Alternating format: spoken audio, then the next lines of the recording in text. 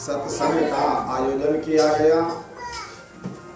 शास्त्रों में आया है कि सत्संगे दोष गुना भवन्ति।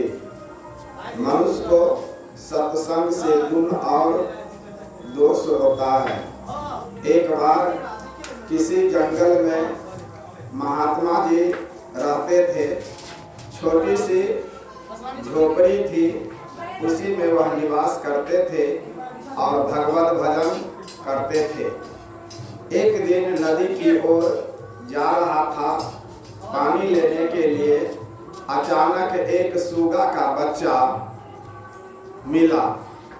महात्मा जी विचार किया कि दिन भर तो ठीक रहता है कि जब संध्या होने लगती है तो अकेलापन महसूस होता है। उन्होंने उस सूगा को पकड़ लिया और एक पिंजरे में बंद करके उसको लालन पालन करने लगा। जब समझने लगा सूगा तो महात्मा जी उसको उपदेश देने लगा और नाम भी रख दिया। मिठू सीताराम कहो, मिठू सीताराम कहो।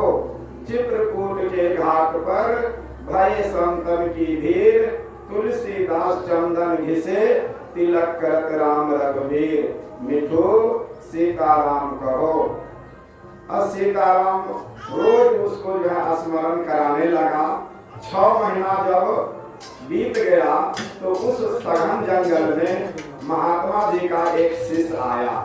महात्मा जी ने विचार किया कि मैं तो जाऊंगा भोजन बनाने के लिए, लेकिन इस शिष्य को सौंप देते हैं भोजन बनाने के लिए। मैं भोजन बनाऊं और शिष्य जो है सूगा को पढ़ाएगा। यही हुआ। शिष्य जब उस सूगा के नजदीक बैठ गया तो कहा, मिठू सीताराम कहो, मिठू सीताराम कहो। अपरिचित आदमी देख करके मिठू ने गौर से उस व्यक्ति को देखने लगा और जब पुनः वह व्यक्ति कहा कि मिठू सीताराम कहो तो मिठू ने कहा, अरे पगला, इतना दिन से तो महात्मा जी दिमाग चाट रहा है। पगला, तू कहाँ से आ गया?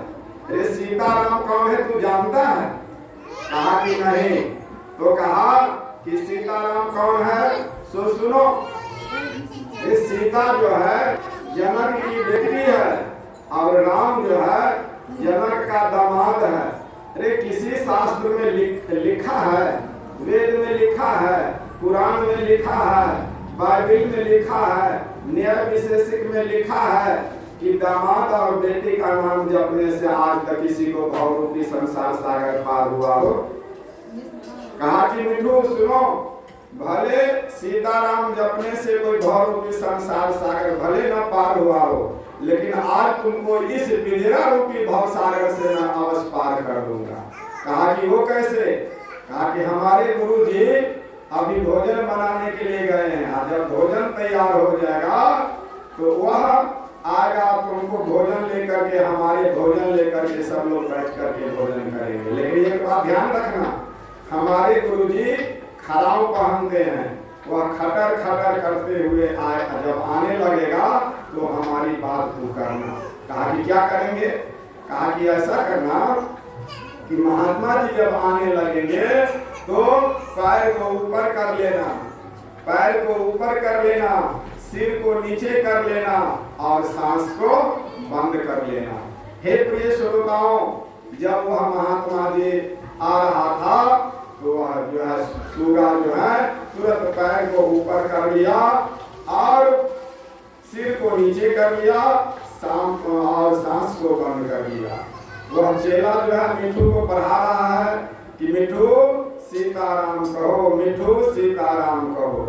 मिठू तो नहीं कह रहा था। महात्मा जी देखा कि मिठू का पैर ऊपर है तो महात्मा जी प्रयास किया सीताराम जपने का। कहा मिठू सीताराम कहो, मिठू सीताराम कहो। चित्रकूट के घाट पर भय संतन की भीड़, तुलसीदास चंदन घिसे तिलक करत राम रघुवीर। मिठू सीताराम कहो, मिठू सीताराम कहो। जब 2-4 बार महात्मा जी सीताराम रटाया तो महात्मा जी को समझने में देर नहीं लगी। तुरंत उन्होंने कहा कि ऐ चेला, इस पिंजरा को ले जाओ नदी के किनारे, मिट्ठू मर गया है, मिट्ठू को बाहर निकाल देना और पिंजरा को भी धो लेना और स्नान भी कर लेना। हे प्रिय श्रोताओं, वह शिष्य जो था चला गया नदी के किनारे और उस पिंजरा को खोल दिया। कहा कि हे मिट्ठू, हमने पिंजरा को तुम्हें खोल दिया, तू हो जाओ खुर। क्या हुआ? जो ही पिंजरा खुला, पिंजरा को खोलते ही मिट्ठू हो गया खुर। तो वह मिट्ठू जो है खुर हो गया, आजाद हो गया, क्योंकि 6 महीना से महात्मा जी उसको सीताराम रटा रहा था। इसलिए राम कहे तो 5 मरे, सीता कहे तो 7, सतनाम कहे तो घर भर मरे, कहीं कबीर विचार।